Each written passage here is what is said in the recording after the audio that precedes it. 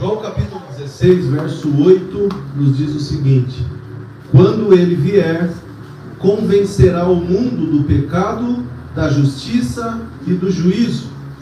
Do pecado, porque não crê em mim; da justiça, porque vou para o Pai e não me vereis mais; do juízo, porque o príncipe deste mundo já está julgado.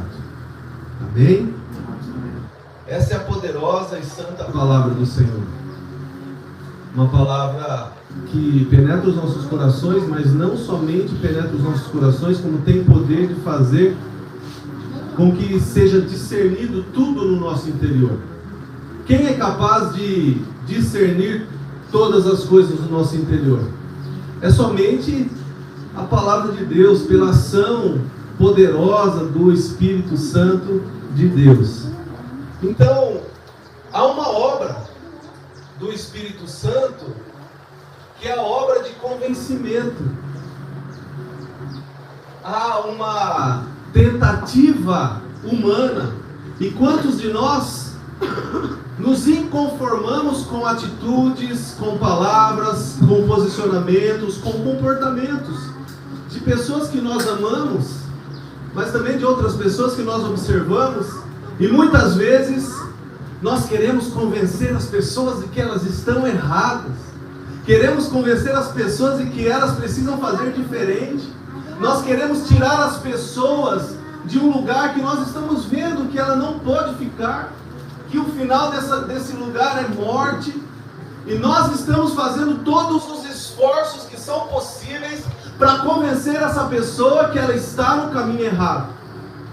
Mas isso é frustrante e nos deixa frustrados quando fazemos isso pela força da nossa boa vontade ou pela nossa boa intenção, pelo amor que nós sentimos pelas pessoas. Quantas pessoas nós queremos abrir os olhos e convencer, né, dona André? Quantas pessoas nós queremos falar, não faça isso, faça diferente. Mas se não tiver a ação convencedora do Espírito Santo de Deus agindo através das nossas vidas, nós não somos capazes de convencer ninguém. Não somos capazes. É o Espírito Santo que convence as nossas vidas. Foi o Espírito Santo que te convenceu a estar aqui nessa manhã. Amém. Amém? Amém. Foi o Espírito Santo que te convenceu. Porque essa é uma obra interior. E essa obra interior do Espírito Santo de Deus, ela é invisível. Nós muitas vezes sentimos. E sentir o Espírito Santo de Deus não é apenas ter um arrepio ou chorar. Sentir o Espírito Santo de Deus é você: nossa, eu estou com vontade de ir na igreja hoje. Sentir o Espírito Santo de Deus é você falar: eu estou com vontade de fazer um bolo para o meu marido. Eu estou com vontade de fazer um bolo para minha filha. Eu estou com vontade de levar as minhas crianças a passear. Isso é ação do Espírito Santo. É Ele quem nos move, é Ele quem nos convence daquilo que nós temos que fazer. Então, no nosso caminhar cristão, essa é uma das realidades que mais nos confronta. Essa limitação em produzir transformação no coração das pessoas. Nós nunca vamos produzir transformação no coração das pessoas se não for pela ação do Espírito de Deus. Sabe aquele ditado: isso é dar murro em ponta de faca. É tentativa frustrante mesmo. Então nós precisamos ter essa consciência. Nós podemos ensinar, nós podemos aconselhar, nós podemos exortar, nós podemos até insistir, nós podemos conversar, mas tem uma obra que não pertence a mim e não pertence a você. E essa obra é do Espírito Santo de Deus. Amém, igreja? Glória a Deus. É o Espírito Santo. Quantos de nós fomos convencidos de que Ele é o único caminho? Ele é o único caminho.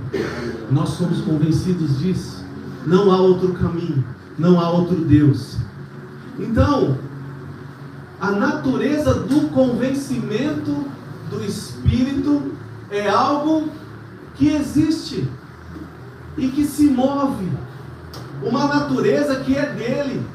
Ele tem como uma de suas funções, além de ser o nosso consolador, além de ser o nosso amigo, além de ser aquele que opera em nós os dons, além de ser aquele que é o que se move representando o Deus Pai Todo-Poderoso, ele tem a natureza do convencimento.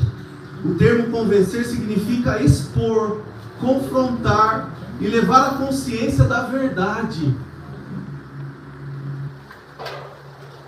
Uma vez Paulo estava pregando e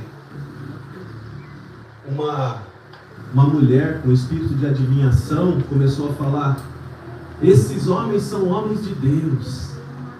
E Paulo logo repreendeu aquele espírito. Por quê? Porque o Espírito Santo que habitava nele discerniu que aquilo era uma obra de engano. E o que é o engano? O engano é uma mentira infiltrada no meio de algumas verdades. O engano é uma mentira infiltrada no meio de algumas verdades. Se eu começar a contar a minha história de vida aqui, e eu sei a minha história de vida, cada um sabe da sua história de vida, decore salteado, e em determinado momento eu aumentar um pouquinho para ficar mais emocionante, ou eu colocar uma pitadinha ali de uma coisa que não aconteceu só para que haja, um espanto. Meus irmãos, provavelmente só os que me conhecem de mais perto vão saber que aquilo não é verdade. Mas quando nós permitimos que o Espírito Santo de Deus se mova através das nossas vidas, Ele é o Espírito da verdade. E o engano cai por terra. Porque o engano é uma verdade, é uma mentira, infiltrada em meio a algumas verdades. E quem vai discernir o engano? O Espírito Santo de Deus. O Espírito Santo de Deus. Então, o Espírito Santo nos leva, nos convence, nos leva à consciência da verdade. O Espírito Santo atua no nosso interior. E no nosso interior, nenhum argumento humano consegue alcançar. O nosso interior não pode ser alcançado por nenhum argumento humano. Só pode ser alcançado por uma obra do Espírito Santo de Deus. Então, nós entendemos que há um conteúdo de convencimento. Como que o Espírito Santo, para que o Espírito Santo me convence? A natureza dele de convencer. Agora, sobre o que ele está falando? Sobre o que ele convence? Quais são as áreas que nós somos convencidos? Nós lemos no capítulo 16, a partir do verso 8, quais são as áreas, quais são os temas que o Espírito Santo nos convence. Primeiro, ele nos convence nessas 3 áreas específicas, e a primeira é a área do pecado. O Espírito Santo de Deus nos convence do pecado. Lá em João 16:9 diz que ele nos convence do pecado. Por quê? Porque nós não cremos. E nós passamos a crer por uma obra de convencimento do Espírito Santo de Deus. Ele nos convence do pecado, nos levando à consciência de pecado. Porque antes dessa obra de convencimento, nós não tínhamos consciência de pecado. Para nós estava tudo certo. Para nós era normal. Afinal de contas, todo mundo faz isso. Isso é uma coisa que todo mundo faz, uma coisa normal, uma coisa que eu não preciso me preocupar. É uma prática normal. Eu aprendi isso desde pequenos. Eu via meus pais fazendo, agora eu estou fazendo aquilo que meus pais faziam. Por quê? Porque foi assim que eu aprendi e não tem problema nenhum. E meus irmãos, isso é o mais normal que acontece. Aprendemos com os nossos pais, crescemos nos tornamos adultos e continuamos as práticas dos nossos pais.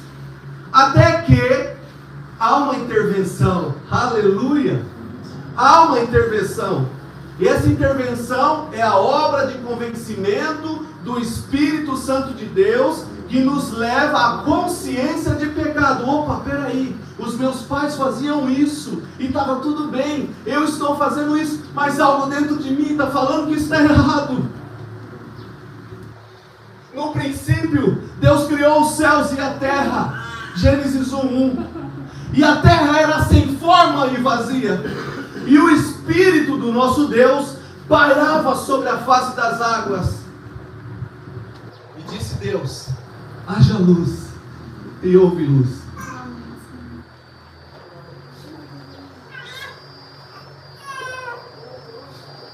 A terra era sem forma e vazia, e o Espírito do convencimento estava passeando, sondando e esperando uma intercessão para tocar na minha terra, na sua terra, porque ela era sem forma e vazia.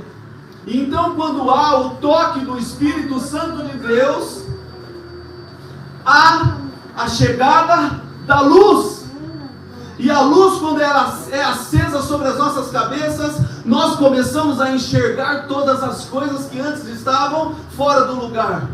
Quando nós entramos em um quarto escuro, nós acendemos a luz, uau! Nós enxergamos tudo, inclusive as coisas que estão fora do lugar, inclusive a sujeira, inclusive aquilo que precisa ser limpo, inclusive a podridão que há ali dentro, inclusive as coisas que nós precisamos remover, inclusive as coisas que nós estávamos acostumados com o cheiro, mas porque nós vimos, uma luz se acendeu, então nós vimos, passamos a ver, enxergamos que aquele cheiro que sentimos e era normal, agora não faz mais parte daquele lugar.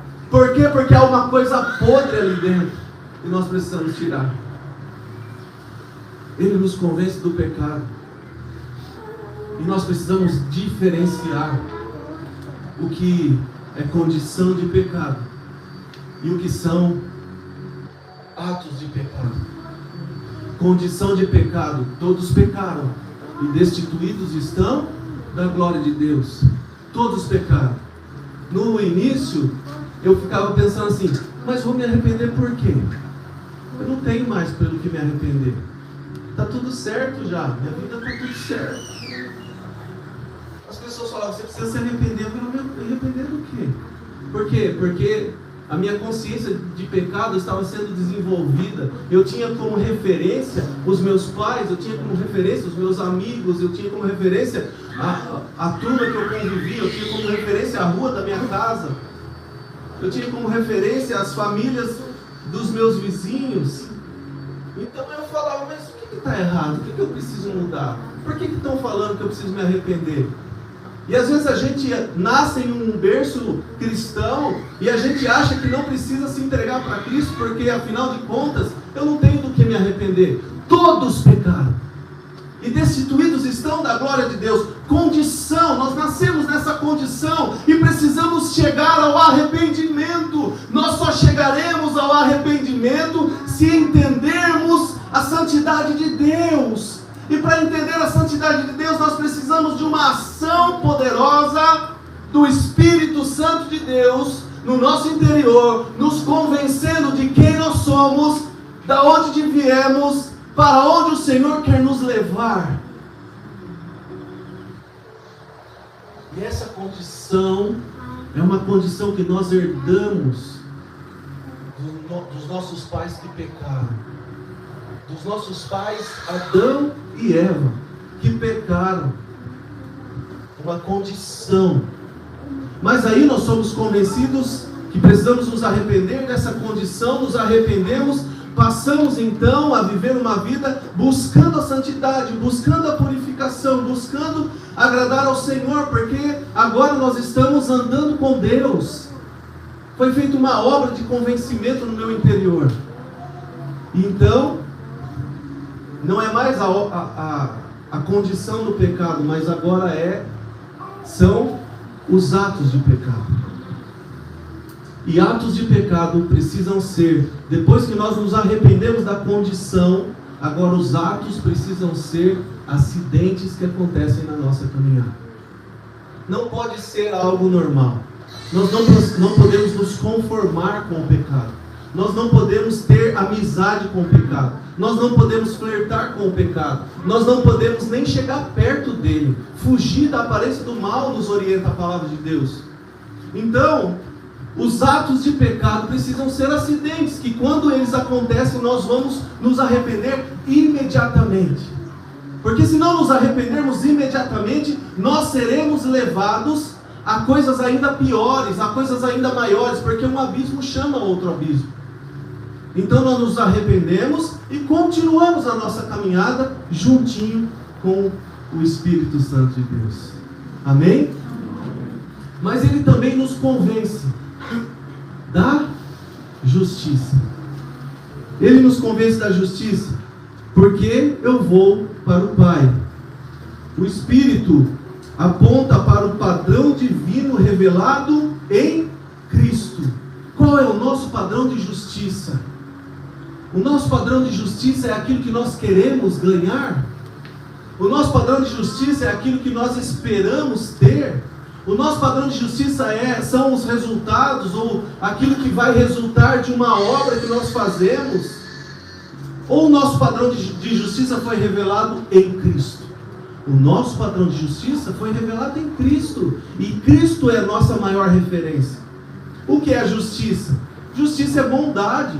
Justiça é fazer obras que são alinhadas com a revelação que nós recebemos através de Cristo.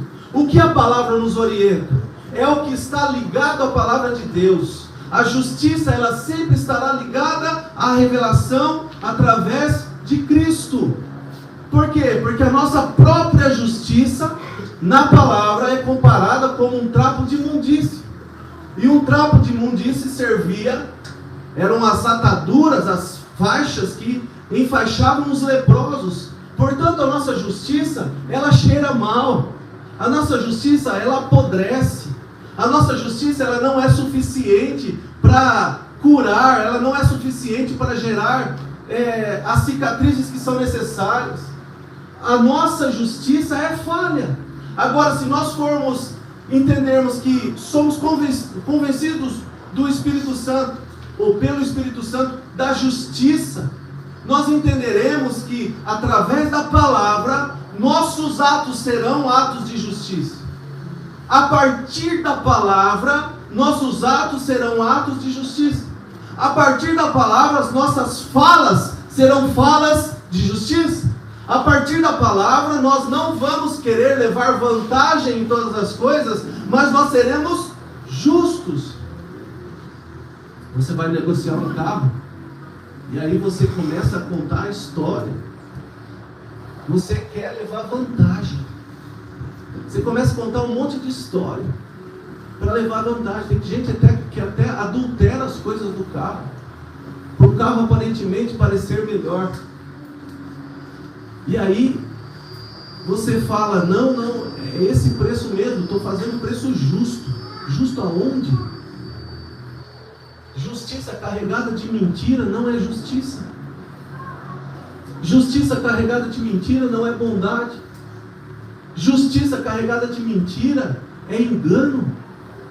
E nós precisamos entender que o que é justo baseado na palavra de Deus. O que é justo baseado no que o Senhor falou. Então Ele nos convence da justiça. É Ele quem nos leva a praticar atos de justiça, que não vão favorecer um ou outro, mas vão favorecer o reino de Deus. Amém. Quem ganha com todas as coisas, resultado do convencimento que nós recebemos pelo Espírito Santo de Deus da justiça, quem ganha com isso é o reino. E nós ainda queremos levar vantagem. E nós ainda queremos ser os sabidões. Meus irmãos, nós nunca perderemos nada com o Senhor. Porque o Evangelho é muitas vezes perder para poder ganhar. O Evangelho muitas vezes é abrir mão, é renunciar para poder ver os frutos os frutos. Nós precisamos entender. Muitas vezes a justiça que nós aplicamos é mais uma punição para o outro, é uma vingança para o outro do que propriamente justiça. Nós sabemos que aquilo estava errado, nós sabemos que aquilo não deveria proceder daquela forma, e aí a gente entra com um processo para poder acabar com tudo mesmo. E aquela pessoa vai ver com quem que ela mexeu. Ela vai ver com quem que ela mexeu. E aí coloca Deus no meio. Porque Deus é justo. Porque Deus é justo. Meus irmãos, o Espírito Santo de Deus nos convence da justiça. Amém? Amém? Amém. O Espírito Santo de Deus está falando com você? Mas ele também nos convence do juízo. Porque o príncipe deste mundo já está julgado. João 16:11. O Espírito traz consciência de responsabilidade eterna. O Espírito traz consciência de responsabilidade eterna. O Espírito traz consciência de responsabilidade eterna. A obra de convencimento do Espírito nos convence do juízo. E juízo nos dá senso de eternidade. Quantos de nós falamos que queremos habitar a eternidade? Maranata, ora vem, Senhor Jesus. Falamos de eternidade. Sabemos que a palavra fala que a eternidade foi implantada no nosso interior. Por isso que a gente não quer morrer. Mas a gente precisa ter consciência de que nós viveremos a eternidade com Cristo. Então, a eternidade precisa ser não somente algo que nós idealizamos, pensamos ou falamos. A eternidade precisa ser algo que nós realmente vivemos, venhamos a viver todos os dias da nossa vida. Um senso de eternidade que é convencido pelo Espírito Santo, porque esse senso de eternidade vai nos fazer viver uma vida fiel ao Senhor. Uma vida fiel ao Senhor, ela se baseia em um senso que nós temos da eternidade. Por quê? Senso de eternidade nos traz responsabilidade. É o Espírito Santo de Deus que faz essa obra.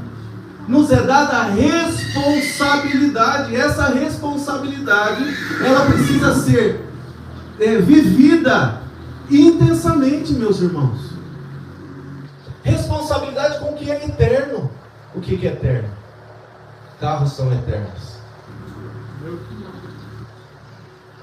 Casas são eternas. Só se for nossa morada, né?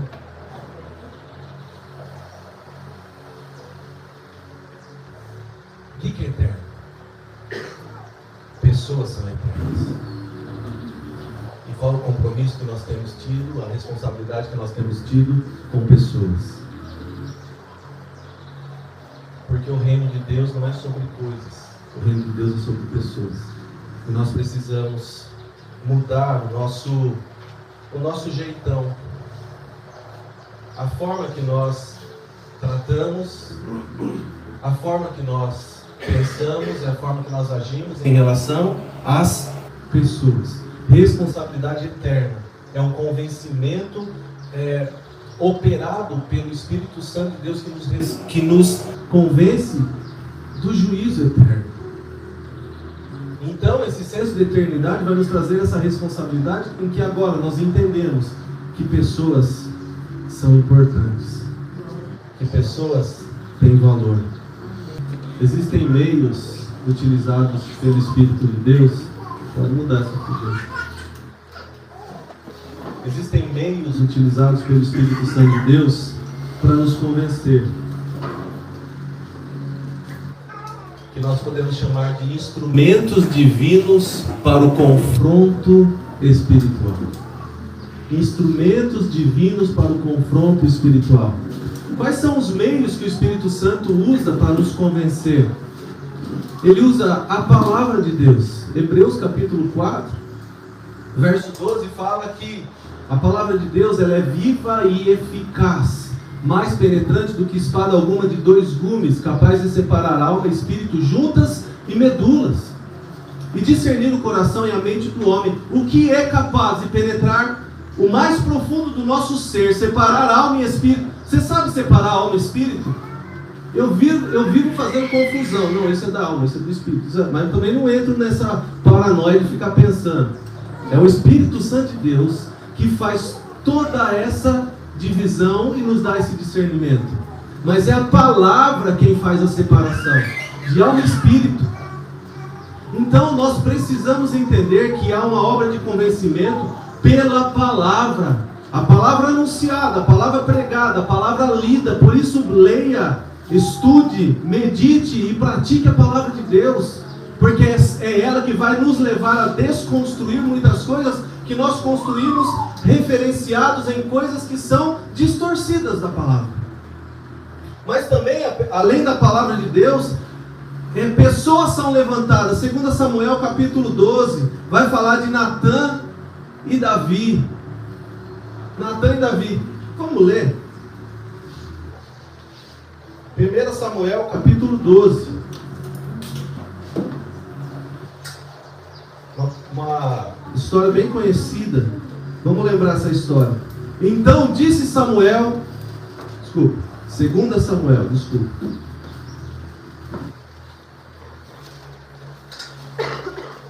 O Senhor enviou Natã a Davi. Chegando Natã a Davi, disse-lhe: havia numa cidade 2 homens, um rico e um pobre. Tinha o rico ovelhas e gado em grande número, mas o pobre não tinha coisa nenhuma, senão uma cordeirinha que comprara e criara, que em sua casa crescera, junto com seus filhos.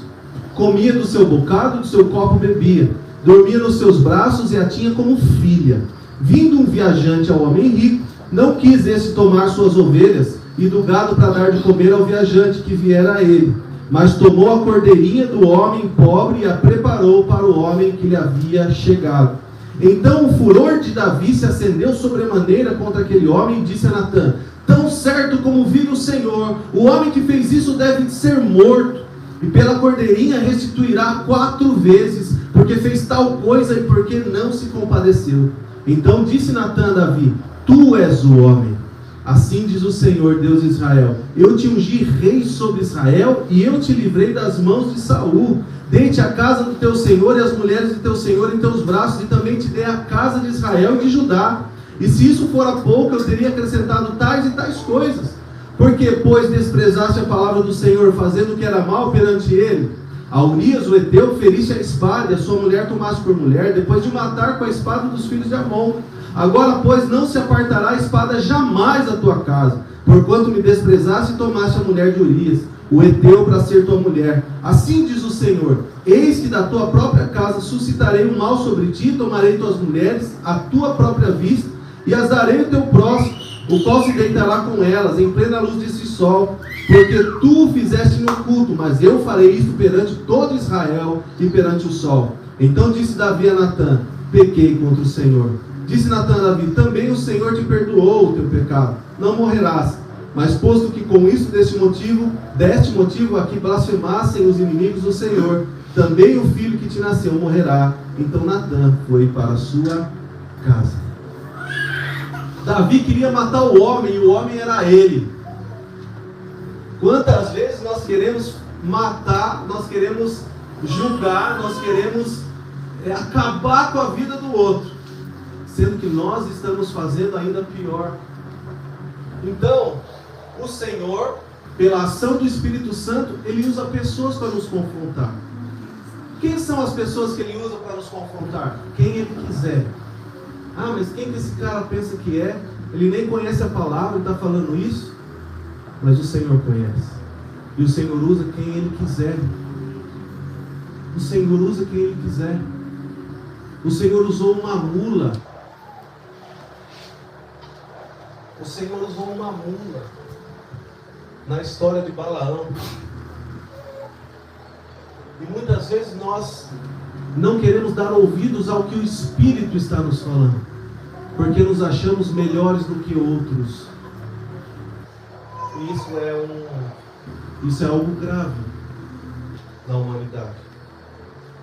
Terceiro, as circunstâncias da vida também nos convencem do nosso erro, do nosso pecado, da nossa justiça, do juízo. Em quarto lugar, a consciência interior, a partir daquilo que nós sabemos, a partir da nossa consciência. Então, o Senhor, Ele usa meios para falar. O Senhor usa meios para nos convencer. E nós só precisamos ter o coração ensinado. Por quê? Porque há um problema a ser vencido. Há um problema a ser vencido. E sabe qual o problema que temos que vencer? O problema a ser vencido, ele tem um nome. E esse nome é a soberba. A soberba precisa ser vencida. E o que é a soberba? A soberba é o excesso do orgulho. A soberba é o excesso do orgulho. O orgulho foi aquilo que fez Lúcifer ser lançado fora da presença do Senhor. E a soberba é o excesso do orgulho. Se o orgulho já é algo muito grande, muito forte, que nós precisamos vencer todos os dias, imagina a soberba. Eu creio que a soberba é um acúmulo de orgulho. Então, esse mal precisa ser vencido. Quando ele precisa ser vencido? Todos os dias da nossa vida. Por quê? Porque nós temos uma natureza, como Paulo diz, que ela é inclinada às coisas más. Então, em Provérbios 16, 18, diz que a soberba precede a ruína. E muitas vezes nós estamos na ruína e não entendemos o porquê. E se nós voltarmos um pouquinho, nós vamos entender que houve soberba. Esse é o mal a ser vencido. A soberba é uma resistência interna à ação de Deus. Meus irmãos, não são poucas as pessoas que eu converso, não são poucas as pessoas que eu acompanho, não são poucas as pessoas que eu atendo. E em muitos casos, a pessoa, ela foge do confronto, porque inspirado pelo Espírito a gente acaba levando a pessoa à consciência do pecado, levando a pessoa a entender qual é o erro dela, o que ela está fazendo de errado, e a pessoa cai em si, porque o Espírito Santo faz uma obra de convencimento. Mas esse é um problema que precisa ser vencido. Se a pessoa não aceita a correção, sabe o que ela faz? Ela foge e nunca mais volta. Quantas pessoas congregavam com você e que você não viu mais? A maioria delas foi levada a um lugar de confronto, porque a palavra nos ensina que seja o seu sim, sim, o seu não, não. E quando você tem compromisso com a palavra, você é usado pelo Espírito, você é levado a fazer com que a pessoa seja convencida e tenha consciência do erro. Se ela aceitar, ela vai crescer. Se ela aceita a correção, se eu aceito a correção, eu cresço. Amém? Amém. Se eu aceito, irmãos, eu não estou falando que é fácil. Eu não estou falando que é fácil. Às vezes nós nos achamos melhores do que alguém, e esse alguém vem falar alguma coisa para nós que nos confronta, nos tira da zona de conforto, e a gente fica bravo com a pessoa, mas nós temos que ter sensibilidade para entender que é o próprio Espírito quem está nos confrontando sobre aquilo que nós precisamos mudar. Não é simples, não é fácil, eu não estou falando que é dessa forma, mas eu estou falando que são oportunidades de crescimento que o próprio Deus nos entrega. E é assim que Ele faz. A soberba impede o reconhecimento da necessidade de mudança. Nós todos temos necessidade de mudança. Nós todos temos áreas da nossa vida que precisam ser melhoradas. Nós todos temos momentos em que precisamos mudar a forma de agir, mudar a forma de pensar, mudar a forma de falar, mudar os comportamentos. E isso só vem através da ação do Espírito Santo de Deus em nós.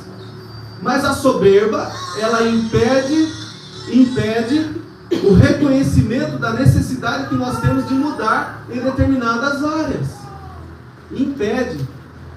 É como uma cegueira.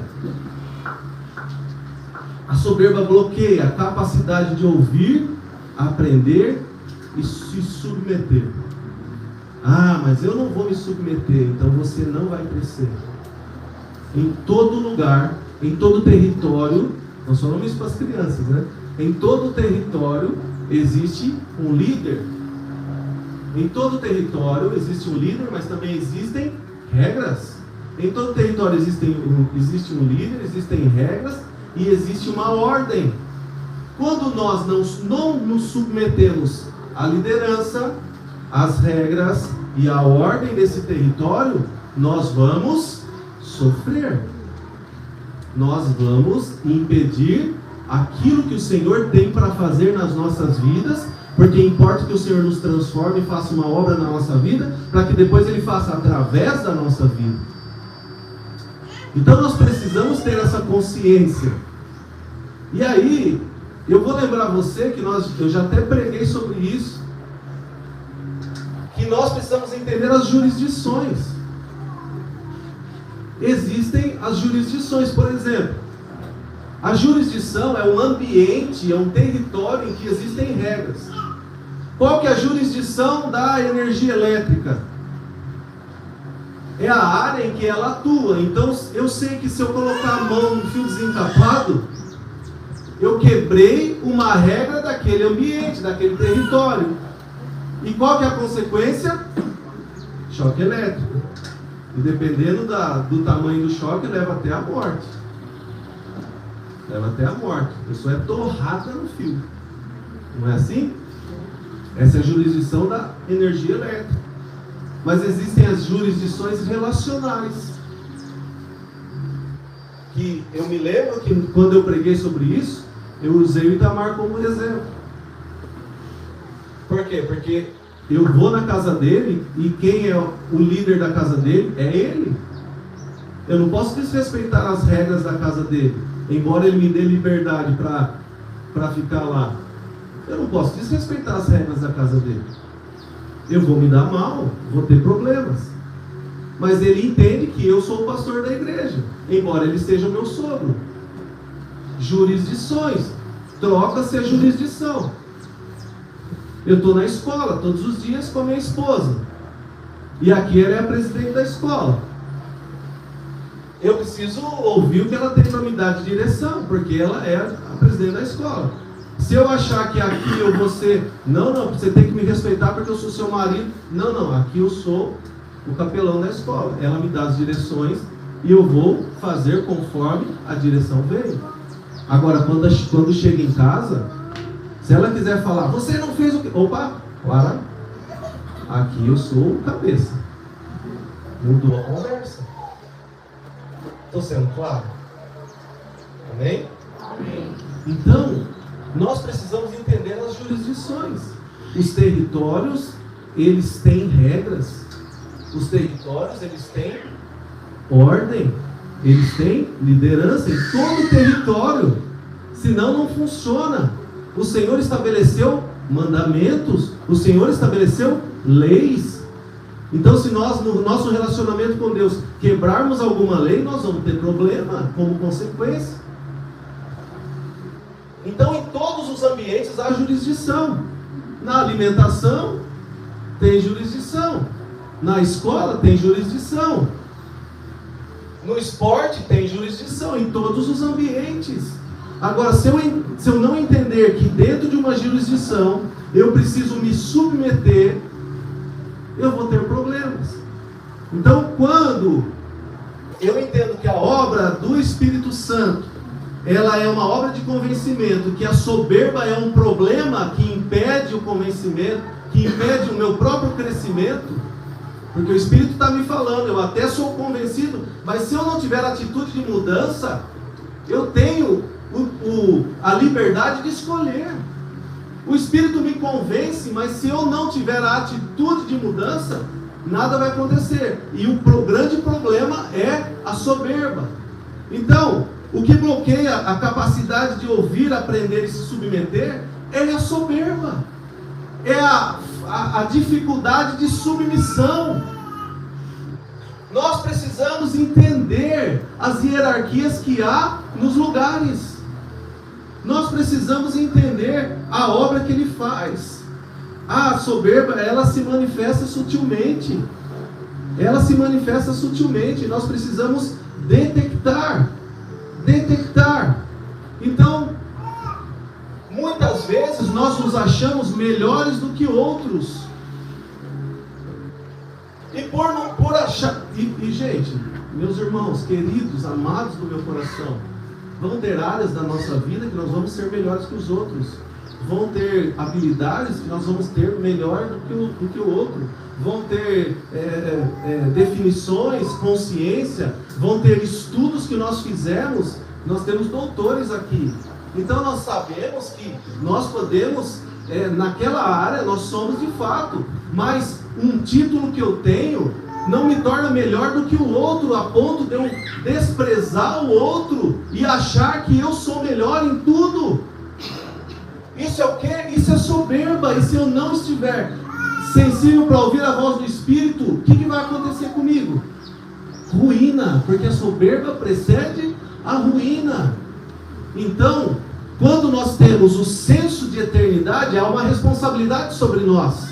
Caem por terra todos os títulos, caem por terra todas as habilidades, caem por terra todas as minhas facilidades, caem por terra todas as coisas que eu faço melhor do que o outro. O meu senso de responsabilidade vai me mostrar que eu sou igual a todo mundo. E quando o xadrez termina, as peças todas voltam para dentro da caixa. Quando o jogo termina, todas as peças voltam para a mesma caixa. Aonde é que eu tenho consciência de quem eu sou, de como eu sou limitado? Lá no cemitério, quando eu vou fazer um ofício fúnebre. É lá no cemitério quando você encontra aquele tio que faz 13 anos que você não encontra. 13 não, né? Faz 14 anos que você não encontra.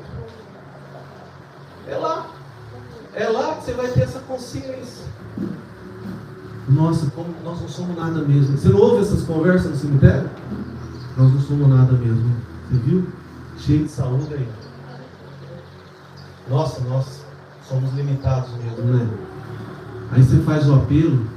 Eu não lembro que ofício que eu fiz aqui. Eu fiz o apelo, 6 aceitaram Jesus. No meio do velório. 6. Por quê? Porque tem essa questão de, né? É até uma coisa emocional. Nem sei se é muito bom fazer apelo no cemitério, porque a pessoa está ali chorando e eu quero, né? Mas o Espírito Santo sabe todas as coisas. Então, meus irmãos, nós somos todos iguais. Não há ninguém melhor do que ninguém. Não há ninguém que seja superior ao outro. E sabe onde a gente vê isso? Na vida de Jesus.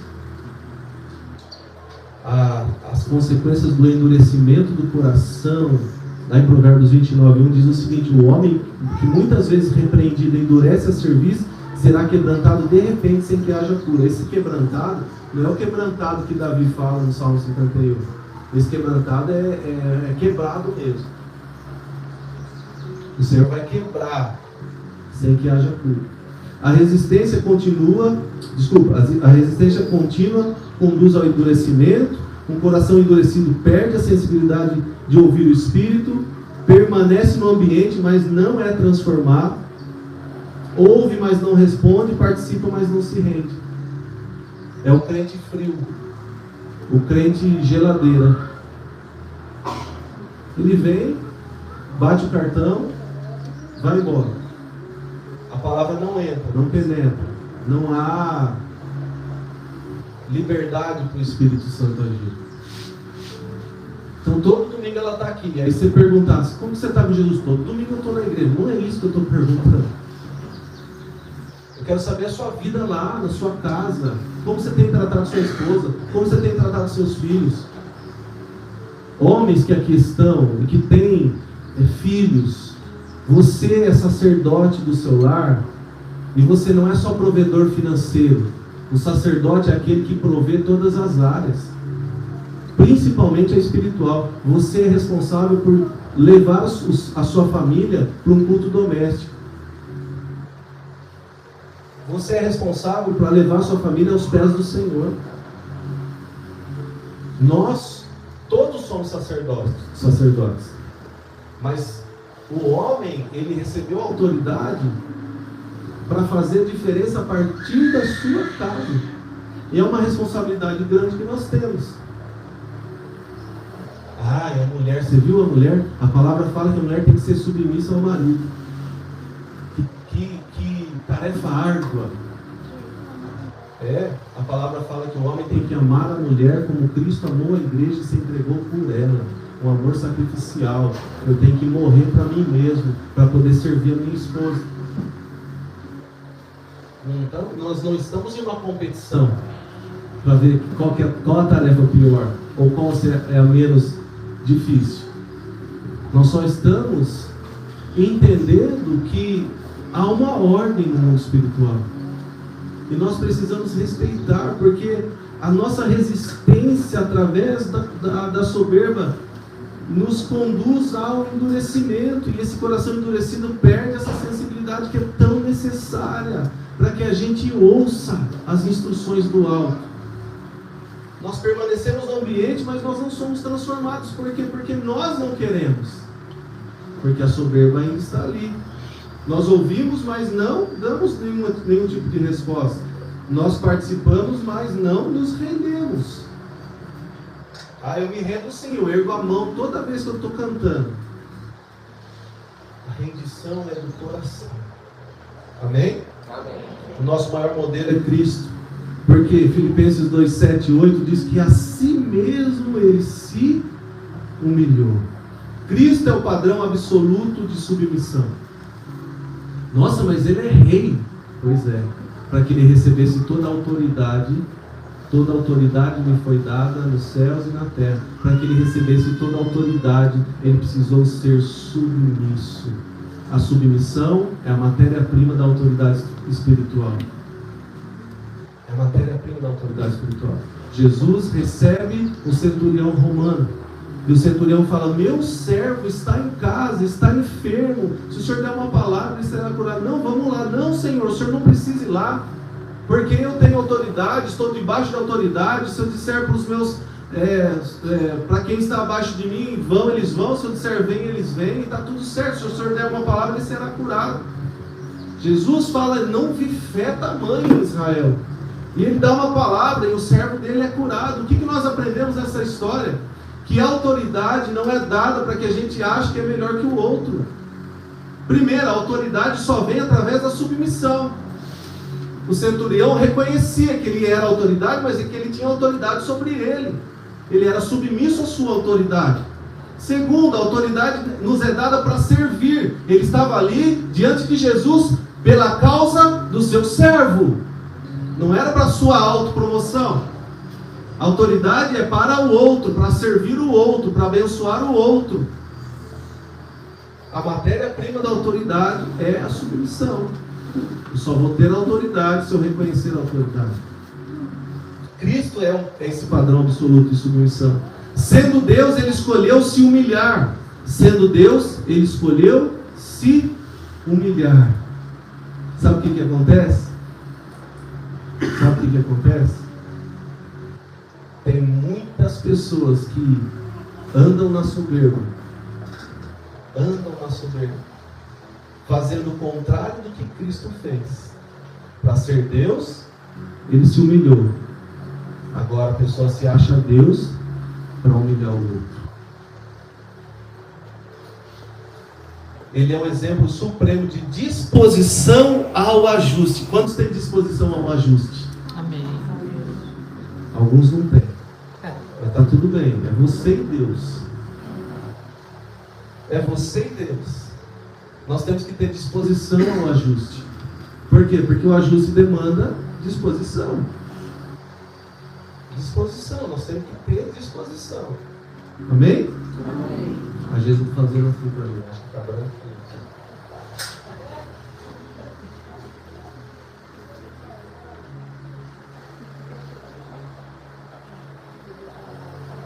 Cristo é o modelo para a nossa atitude diante de Deus. Amém, igreja? Amém. O Espírito Santo continua operando. O Espírito Santo continua convencendo. O Espírito Santo continua chamando ao arrependimento. A questão não é se Deus está falando. A questão é que se ainda estão sensíveis para ouvir a sua voz. Deus continua falando, mas como está a nossa sensibilidade? Então, meus irmãos, vamos avaliar o nosso coração. Amém. Fecha os teus olhos. A pergunta é: ainda há áreas de resistência? Há justificativas sendo mantidas? Há dificuldade em aceitar correção? Ainda há áreas de resistência? Existem justificativas sendo mantidas? Existe dificuldade em aceitar correção? O convencimento do Espírito não é condenação. O convencimento do Espírito é graça. Deus nos trazendo de volta ao lugar de alinhamento. Pai, eu oro pela tua igreja. Nessa manhã o Senhor fez uma obra de alinhamento dos nossos corações. Nessa manhã o Senhor fez uma obra de conscientização e nos levou de volta ao entendimento de quem nós somos. Somos filhos, somos amados, somos cuidados. O Senhor demonstrou na prática o teu cuidado e a libertação que o Senhor tem para as nossas vidas. Mas, Pai, apesar da obra de salvação, agora nós precisamos avançar. Nós precisamos avançar com responsabilidade eterna, entendendo que pessoas são eternas, investindo nossas vidas em pessoas, Pai. Em nome de Jesus, que o Senhor continue a falar aos nossos corações. Amém. Que o Senhor continue a consolidar a tua palavra no nosso interior. Amém. Que nós possamos ser ministrados pelo teu Espírito, seja através da palavra, seja através de pessoas, seja através de situações difíceis ou até mesmo da nossa consciência. Mas que em cada momento, em cada caso, nós possamos ter sensibilidade para ouvir a tua voz. Essa é a nossa oração, Pai. Eu oro pela tua igreja e te agradeço por essa palavra, em nome de Jesus. Amém. Amém.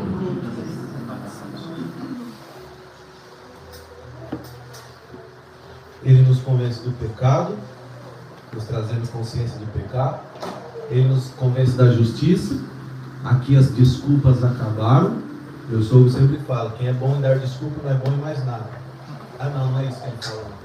Ele fala, quem quer cria recurso, quem não quer dá desculpa. Então, aqui as desculpas acabaram.